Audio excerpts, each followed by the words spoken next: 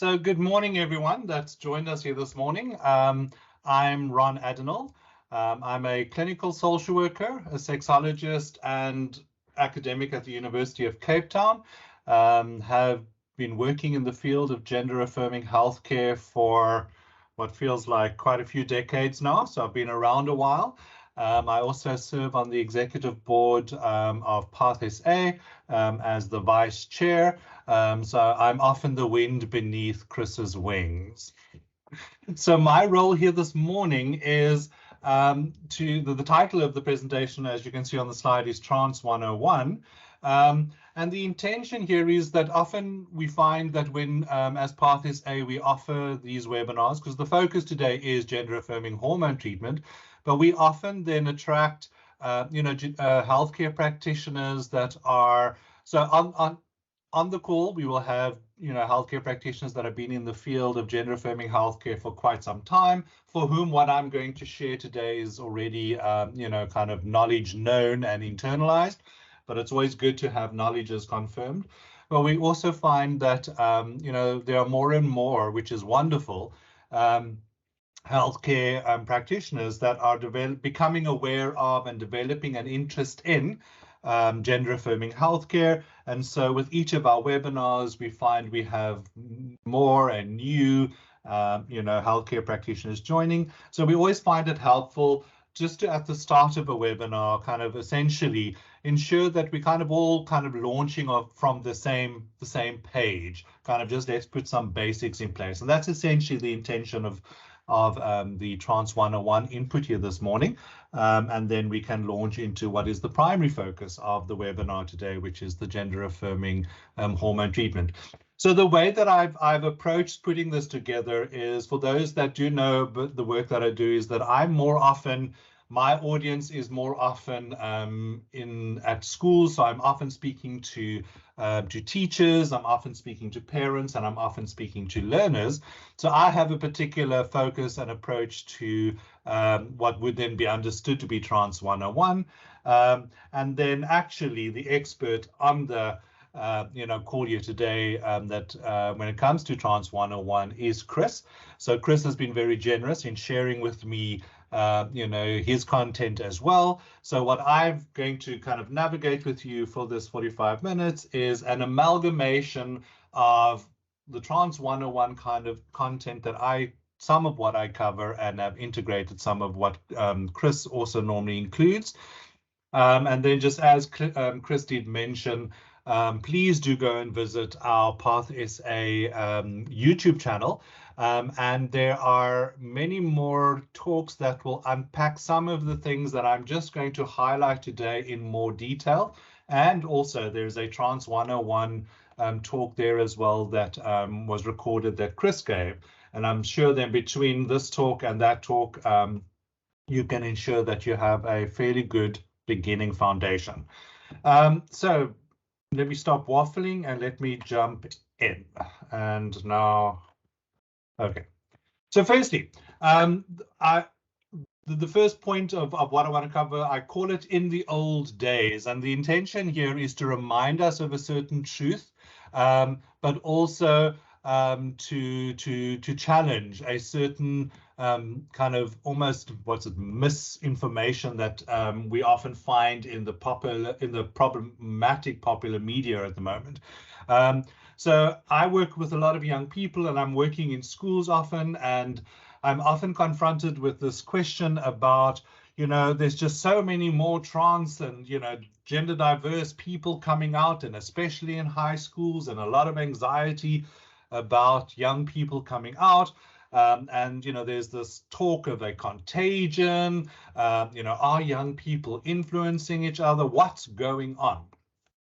So the first thing that, I highlight is to let people know is that transgender and gender diverse persons and persons of varied sexual orientations, we now know today scientifically, have always existed. And so for those that don't know, because the field of human sexuality and the study of human sexuality is one of the newest academic and scientific disciplines compared to so many of the other, scientific and academic disciplines that exist. And I'll address that in a moment as well. But what is important for us all to know that the fields of sociology, history, archaeology, cultural studies, as well as anthropological studies, have already, for quite a number of years now, published a range of reviews of various, studies within these disciplines. And essentially what all of these disciplines have collectively already articulated, and the evidence has already been produced, is the fact that transgender and gender diverse persons, and as I said, people of various sexual orientations, have always actually existed. So we know that in many of the archaeological research where studies have been done of societies that haven't existed for, for hundreds of years, even within those, lost and past societies, when they have, done archaeological digs, etc., and explored, the findings, there would be evidences of representations of persons that clearly were not, presenting the typical, gender, expressions of the time. Examples of, graves being dug up, and it's clearly, for example, 2 male and 2 female persons buried together in what was clearly at the time the way people that were married or in, committed long-term relationships would have been buried, etc. There are so many of the anthropological and cultural studies that even with so many, communities that around the world at the moment, where there's a clear history of not just that persons of various gender identities and sexual orientations exist, that there's also examples where persons of diverse gender identities have in many parts of the world and in many cultures and societies actually been revered or have held very significant and important and valued roles within their communities and societies. Just as a quick kind of recall, so we have the Hijra community in India, which is a community of essentially trans women who, yes, they face, obviously they do face prejudice and discrimination, but they do have a long history of basically having the role of caregivers within the community. So it's often, the Hijra woman who will help with taking care of children, will help with taking care of the elderly, will help with taking care of people who are sick and unwell. In the original American Indian tribes, we know of the two-spirited. Within the Aboriginal communities within New Zealand and Australia, we often know that often the healers, the soothsayers, the people that the community would go to for guidance.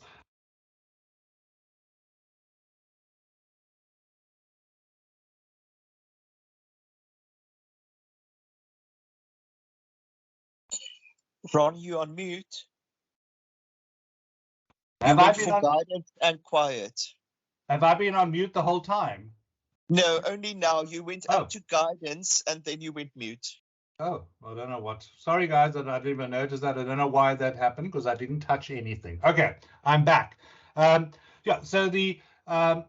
was talking about the Hijra. So anyway, so there are many examples of persons of diverse gender identities who, through these various studies, firstly confirmed have always existed, and that there are also many examples where they have served very significant and revered roles and held revered roles and positions within their societies.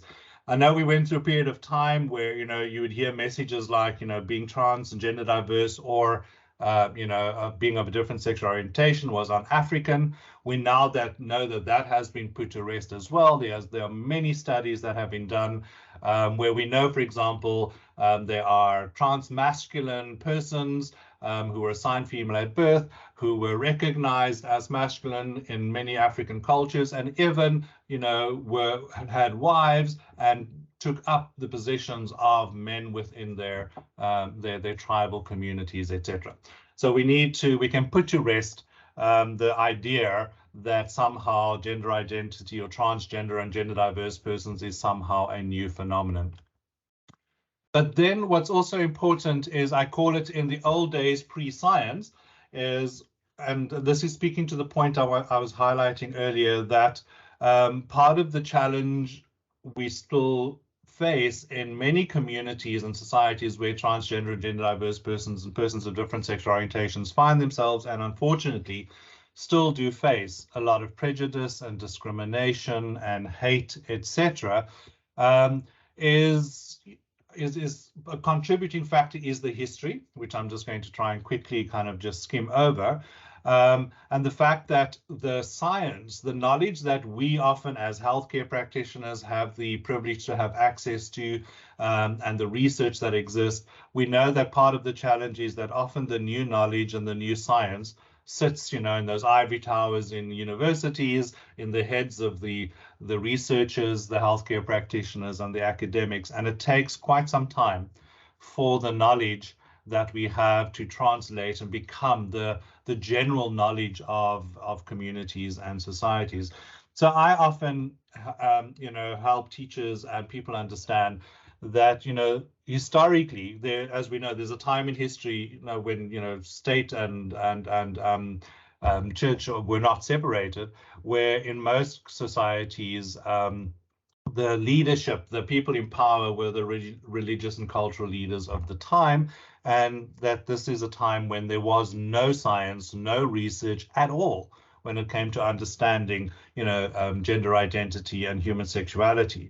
And so we have that time in history where, laws and rules and beliefs and values were developed for whatever the intentions may have been of the time, which unfortunately had a negative consequence for trans and gender diverse people, as well as people of different sexual orientations. So we know there's this time in history where if you were not heterosexual and you were not cisgender, you were deemed someone who was either a sin or an aberration or an abomination or an act against nature, and all of those horrific descriptors. And that held sway for many, many centuries, essentially. And this was inherited, ways of thinking and believing that, were carried over from generation to generation.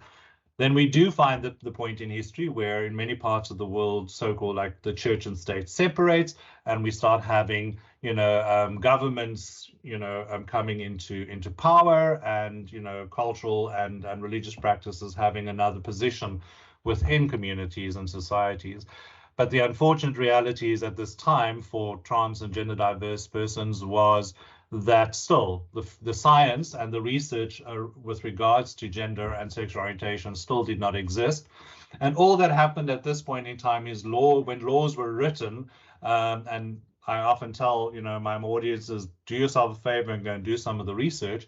You will see that all that happened is when they wrote the laws, they even wrote the laws using the language of the time. So homosexuality became a crime, and in the law it will say homosexuality is a crime because essentially it's an abomination, for example. So we have this period of time where if you were not heterosexual and you were not cisgender, you then went from being a sin or an abomination to being a crime and illegal. And we still have the vestiges of this period of time still today. So as we know, in many parts of Africa and elsewhere in the world, you can still go to prison if you are found to be, not heterosexual or not cisgender. And there are still parts of the world where you may even still be put to death. Then we do have the period where science comes into sway. So we have, first the authority were religious and cultural leaders, then the authority were, governments and the law, and then the science period comes into sway, and now we look towards the scientists as our new source of authority. And what happened then was, this was still at the time when the scientific study of gender identity and human sexuality was not yet a recognized science, and we didn't have the knowledge we had today, where essentially we went then looking to the healthcare practitioners. You went from being a crime to now being a pathology. And we all know, or many of us may know, that we have only very, very recently in history started to move beyond the period of the pathologization of sexual orientation and gender identities. And that thankfully contributed to the new field of human sexuality and sexology and the research and studies in gender identity, which essentially only started happening from about the 1940s, 50s onwards. So it was only 1973 that officially homosexuality or sexual orientation essentially was depathologized and that sexualities and sexual orientation was essentially finally confirmed to just be a naturally existing diversity. And it took a lot longer for the research to be done in regards to gender identity. And essentially, it's kind of 2013 is probably one of the turning point periods, because that's when the DSM-5 was released, because it was released earlier than the ICD-11. But essentially around 2013, we had gotten to this kind of where most of the international science, health and science fields related to sexuality and gender, did all the outcome studies. And in 2013, being transgender and gender diverse was formally depathologized. Just to add that, or use a quote from the W Path Board, which was around 2010, where it was clearly stated that the expression of gender characteristics, including identities that are not stereotypically associated with one's assigned sex at birth, is a common and culturally diverse human phenomenon that should not be judged as inherently pathological or negative. So the depathologization of, the understanding of transgender and gender diverse identities is still significantly historically new. And so we as healthcare practitioners, still have a significantly important role to play in the equipping ourselves with the knowledge and the understanding, and then the transferring of the knowledge and the understanding to the wider society and communities we find ourselves in. So I'm not going to go into this slide in a lot of detail, but just to say that, because I often find in the audiences that I'm in front of, when it's parents and teachers, is okay, so how do we understand, the diversity that is sexual orientations and gender identities? And I go into more detail in those presentations here, but basically that essentially the evidence that does exist basically leads to the understanding that each person has an innate gender identity potential and or sexual orientation potential that's essentially established when we arrive in the world, and there are some of these studies that do kind of speak to that. So the whole nature-nurture debate that used to exist for a long time was essentially put to bed with some of this research. And it is very much accepted within the scientific world and within the healthcare world that is informed by evidence-based science, that whatever Alfred Kinsey was one of my favorite sexology researchers, and I remember one of the early kind of exclamations that Alfred Kinsey made in his research was that essentially Mother Nature is about creating diversity, and that diversity is, part of nature. And so, much of what him and many researchers in the fields of gender identity and sexuality after him kept confirming in so much of the research is just the further confirming of diversity. And of course, as we've done more and more research, we've just seen and been able to expand the variation and the nuanceness and how wide and complex the diversity of who we are as human beings are, and including the natural diversity that then presents itself in the world as the trans and gender diverse identities we see and we've come to know, as well as the various sexual orientations. So kind of honing in a bit on our focus, which is, gender identity. I often find myself also needing to help an audience understand that, sexual orientation and gender identity are actually two independent aspects of who we are as human beings. I still find in many contexts that, many people still confuse or conflate sexual orientation and gender identity. So this is just one of the images I use in kind of like teaching the basics of it to help visually represent the differentiation. So, helping, people understand that sexual orientation is independent of your gender identity, which is independent of your gender expression. They interact with each other, and there is an interactional dynamic, but they do not determine each other. There's been a lot of growth and development in understanding sexual orientation in recently. So we now know that sexual orientation is more than just who you are erotically attracted to, that we know that sexual orientation has the elements of emotional attraction, romantic attraction, erotic attraction, etc. But essentially it is that part or that aspect of who we are as a human being that will inform whom we would then develop, significant relationships with, and that may have certain depths of either emotional and or erotic, either both or neither of those elements, but it informs who we would be in relationships with. And then gender identity being a separate aspect of who we are, and I have a slide coming up, but gender identity essentially being our internal subjective sense of ourselves and our gender and what that may be, whether it's, aspects of masculine or feminine or neither or both of those elements. And then also to understand gender expression, that, gender expression being how essentially we kind of show the world or express to the world using various cues what our gender identity might be.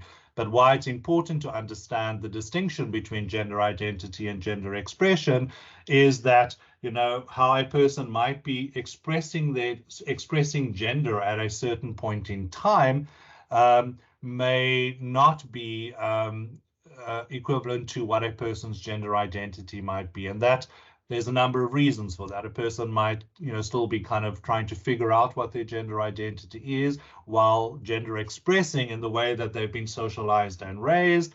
Sometimes people will know what their gender identity is, but gender express in a particular way for a range of reasons, like for safety reasons. Maybe it's not safe enough to, within their context to express their gender that would mirror what their true gender identity is, because it may put them at risk for a range of things, whether it's prejudice, discrimination, violence, conflict within their families, etc.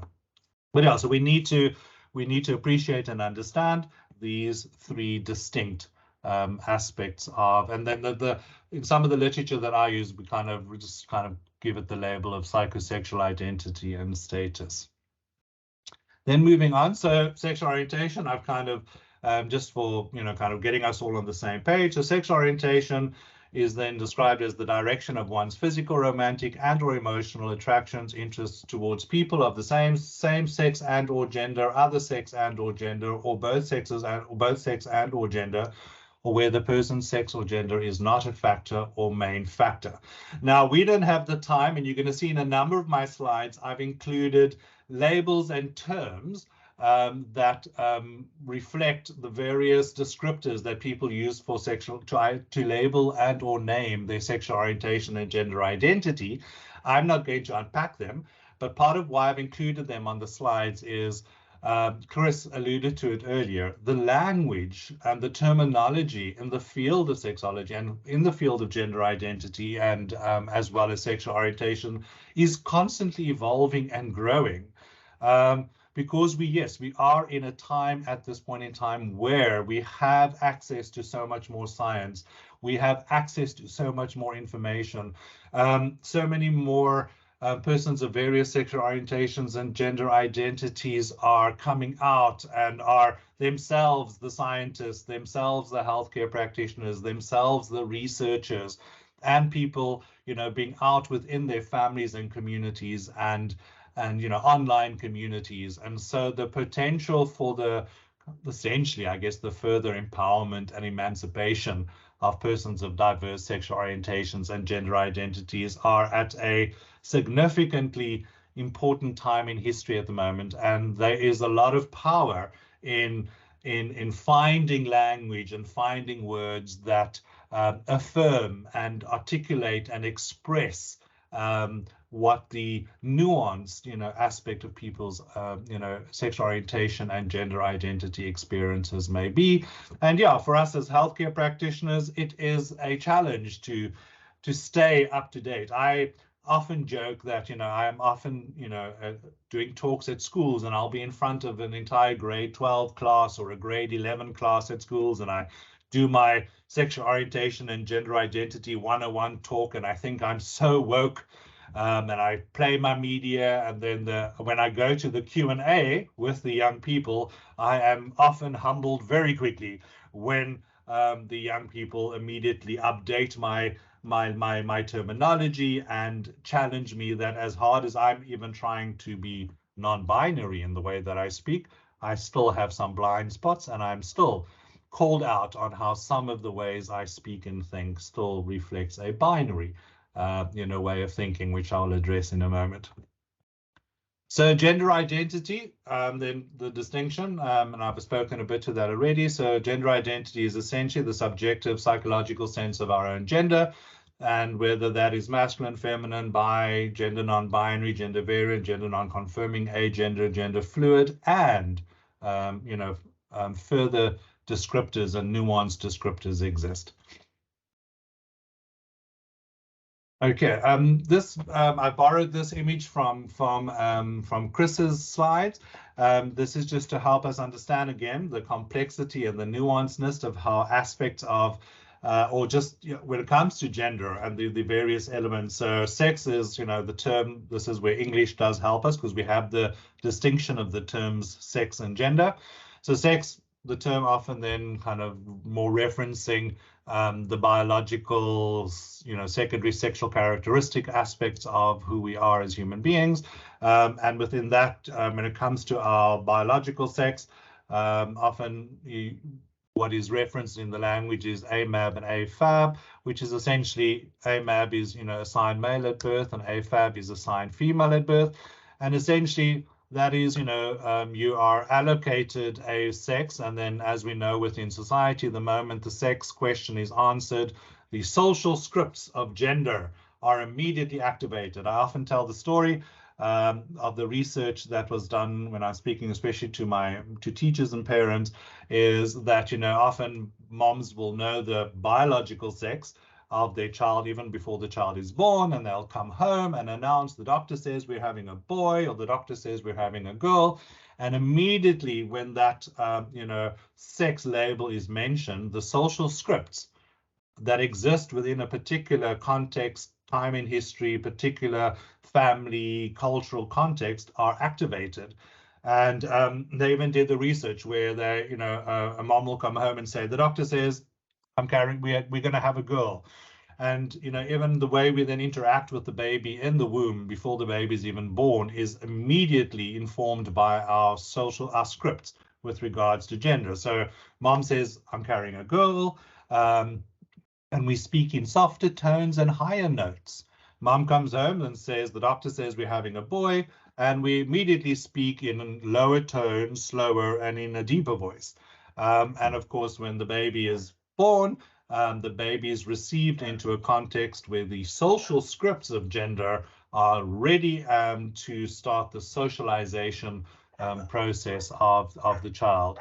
And that's part of where, the navigation of, figuring out a person's gender identity in midst of these kind of the socialization that young people face, and the socialization primarily informed by the child's biological sex. But also we know that not all children that are born typically biologically male and or typically biologically female. We have the wide spectrum of young people, babies born on the intersex spectrum. So gender identity and gender expression, I think I've already kind of articulated, but then just the other concept being gender role, and that's essentially cultures, or the particular culture that we are born into, and then the expected patterns of appearance and behavior of us, and that informs the way we are then expected to behave, and we are socialized to behave in that particular way. And that in the center, that essentially so much of what is then understood to be gender role and gender expectations are socially constructed, and they are determined on the time in history, the particular social context, institutional context, what the particular political and or other paradigms of the time are. And it is significantly still entrenched in what is then referenced as a binary understanding or appreciation of sex and gender. So when it comes to gender identity, so who determines someone's gender identity? No one determines someone's gender identity. It is incumbent on every person to be able to self-identify. I often tell my parents and learners, when clients come and see me and they are questioning or experiencing some kind of struggle around struggle regarding aspects of their gender or their sexual orientation, it's not my role or place to diagnose or label someone's gender identity and or their sexual orientation. It's my role as the professional to offer the person a safe space, a respecting professional relationship, and in that space the person is given the opportunity to explore and unpack and figure out, and for them to then come to their own determination of what their gender identity is and or their sexual orientation may be, with the understanding that for some, they come to a clear sense of what their identity is, and for some, once they have come to that identity realization, for some it's fairly constant, and for many it's not constant, and it can shift and it can evolve over time. So yeah, so it is important, a part of an important aspect when it comes to respecting people's gender identity is to use the appropriate pronouns. And as this is a slide borrowed from Chris, so we no longer say, what is your preferred pronoun? We ask persons, or we clarify with people what their pronoun is. Similarly with their name, what is the name? What is your name and the name that I need to use? And we know for persons, depending on where they are in the journey, they could still be at a time when they are, kind of still struggling with the name they were given, and it not yet, and it not fitting their experience of their gender identity. It may still be their legal name. That may be at a point in time where it is now their dead name. And dead name being the term for the name the person was given previously, but it is no longer the name that they have chosen for themselves. Then, so how do I know the person's gender identity? As I've said, they self-identify. So just three broad terms: transgender, gender non-binary, and gender diverse. This again just speaks to the evolution of the language. When I started out 100 years ago, at that stage, we were still using kind of the distinction of transsexuality and transgender, where transsexuality kind of was the signifier for persons that transitioned along the binary. So a person that was assigned male at birth, transitioning to and identifies as woman, and a person assigned female at birth, transitioning as and living as or being a male or man, and then transgender kind of being this more umbrella term. And today, and again, it's constantly evolving. So now we use transgender and gender diverse, where transgender has in some contexts shifted to the term meaning now more persons that transition along a more binary part of the process, and then the gender diverse, or now we hear today gender expansive, now being more the umbrella term for persons who identify and outside of the binary. And so we have the term gender non-binary that's come into use, and gender diverse. I'm just trying to illustrate a bit of the evolution of the language. So what is trans or transgender, which it is changing all the time, but essentially transgender and or trans used in shorthand is at times used as an umbrella term for people that experience and express their gender in non-traditional ways. And as I've indicated, in different contexts, the term can also be applied slightly nuanced and differently. So I've referenced the term binary, and that's been a significant part of the challenge, is that we have historically inherited this way of thinking and this defining of gender within a binary.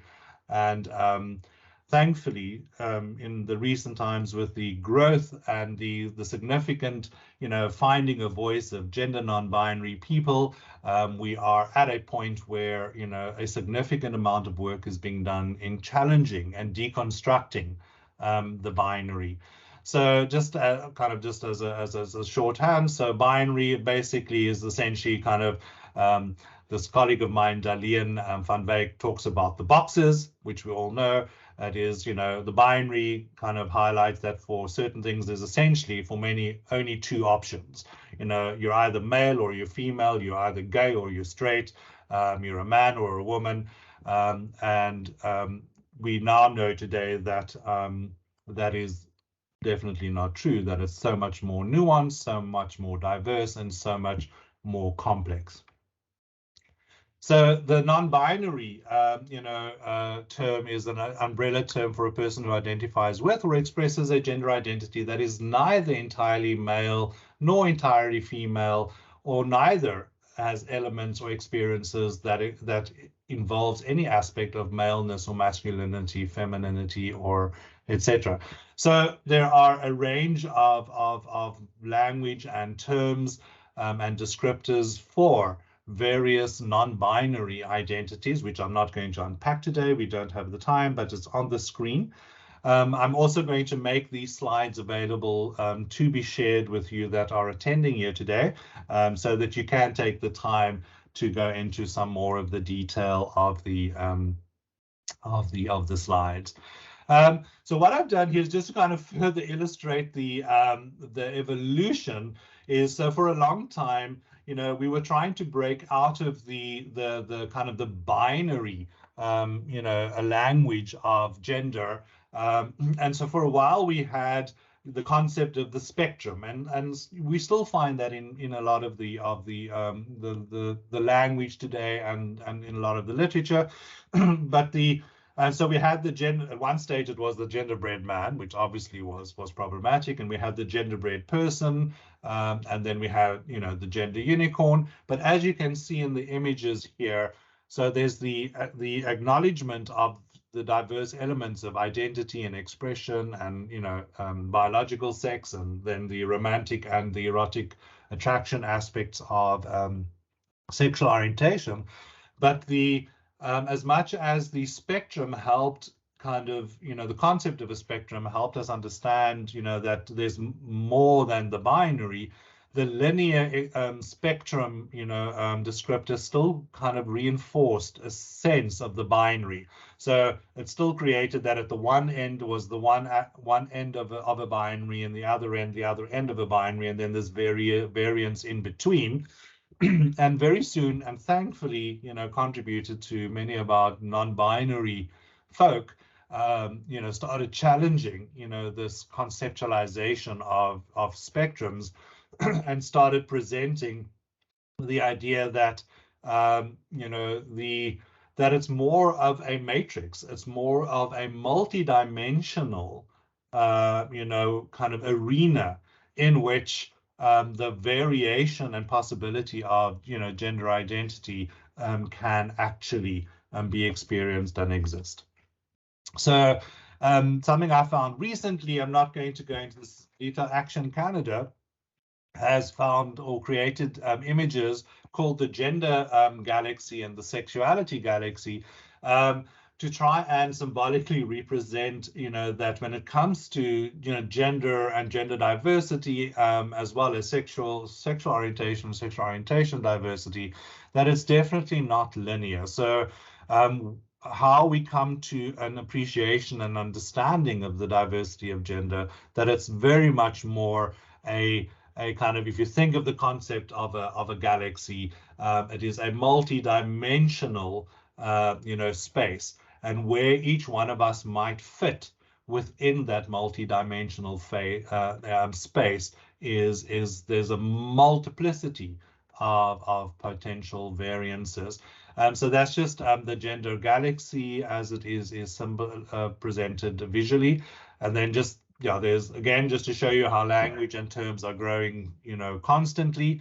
There's the sexuality galaxy, that's also meant to represent the complexity of the multi-dimensional nature of sexual orientation or sexuality, as with gender identity similarly.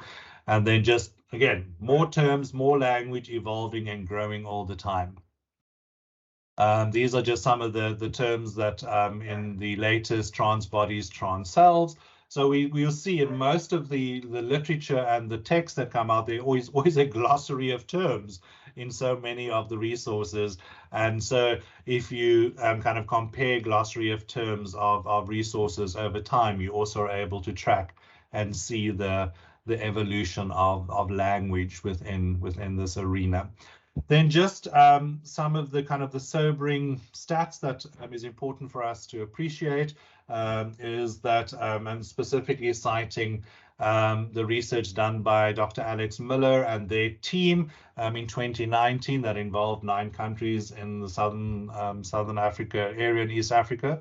Those were the participants, of which 232 were trans and gender diverse participants. And just some of I'm not going to unpack this in detail, but just I think this is a sobering reminder of why this work is so critical. Is in this study, when it came to the experiences of trans and gender diverse respondents, 63% of respondents had identified or had indicated that they had experienced depression, compared to the general population, a norm of 5%. 39% had indicated, having faced and dealt with anxiety. 36% in the study had indicated having experienced suicidal ideation in the previous year, and that 16% had attempted suicide within the previous year period. Then just some more of the stats. So suicide attempts by gender identity. What's helpful here is the comparison of the percentages. If you look at cisgender and cisgender women and cisgender men compared to transgender women, transgender men, and gender non-conforming persons, when you look at lifetime as well as past year statistics, if you just compare across, you see that with all of the indicators with regards to risk, in regards to, for example, suicidality, that transgender and gender diverse persons sadly score significantly higher with regards to suicidality here. Many of the other challenges and the mental health challenges that were highlighted by the study as well, we've already mentioned anxiety and depression.